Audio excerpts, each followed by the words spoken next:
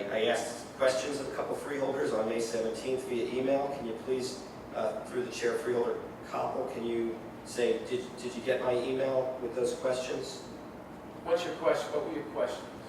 So there are two questions. Were you aware that the county administrator's daughter is an employee of DevCo before tonight?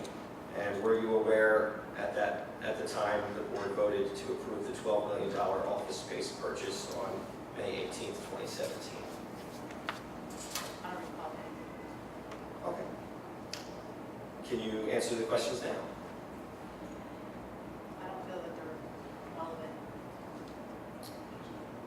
Okay, so to be clear, you don't feel it's relevant if the county administrator's daughter was employed by DevCo at the time that this board voted to approve a $12 million purchase from... I would refer that to the attorney if that's something that is supposed to be.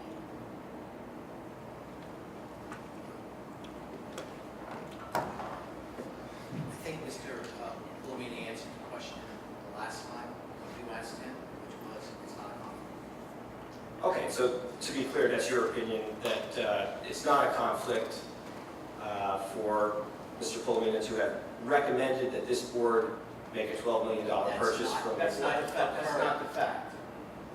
I'm sorry, Mr. Pullman did not recommend that the board make the purchase? He made a presentation, if you read from the open request you made, he made a presentation with regard to the options that the freeholders had so that they could make a decision. He did not make a recommendation. Okay, I will quote from the document you're speaking, page 3 of the executive session minutes, April 6, 2017, quote, "The board supported this purchase as recommended by Mr. Pullman." So are you contesting the minutes, or are you saying the minutes are inaccurate? How many years ago was that? Last year,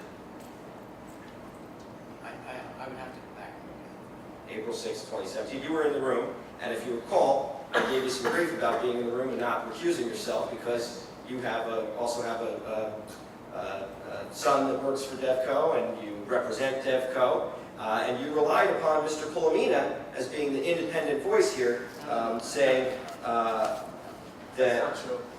well, You're misrepresenting it.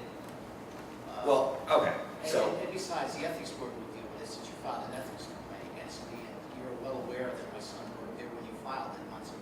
absolutely. Here's my question. Were the freeholders aware that Mr. Pulamina had a daughter working for DevCo when he recommended that they spend $12 million in taxpayer funds on DevCo's office space? Again, and the answer that was given to you was that it's not a conflict, so whether they were aware or not is not relevant. Okay, so Freeholder Koppel doesn't want to answer through the chair. I also asked Mr. Tamaro, It Deputy. wouldn't change my vote. Okay, did you get my email? I don't remember seeing it. Okay, well, I did ask via email, so it wouldn't change your vote. And it is true, though, your company you work for is getting a significant contract to build that building, correct? I don't know that. Can't help but notice all the Clayton trucks Well, then, pulling up at the New Brunswick Performing Arts Center. not my customer. Not your customer, so you deal with other clients, not them. Okay, I do We believe... don't receive conditions, so there's no conflict whatsoever. Okay. Well, I do believe that Mr. Pulamina has a conflict, and I think that he should not have made the recommendation to the freeholder board.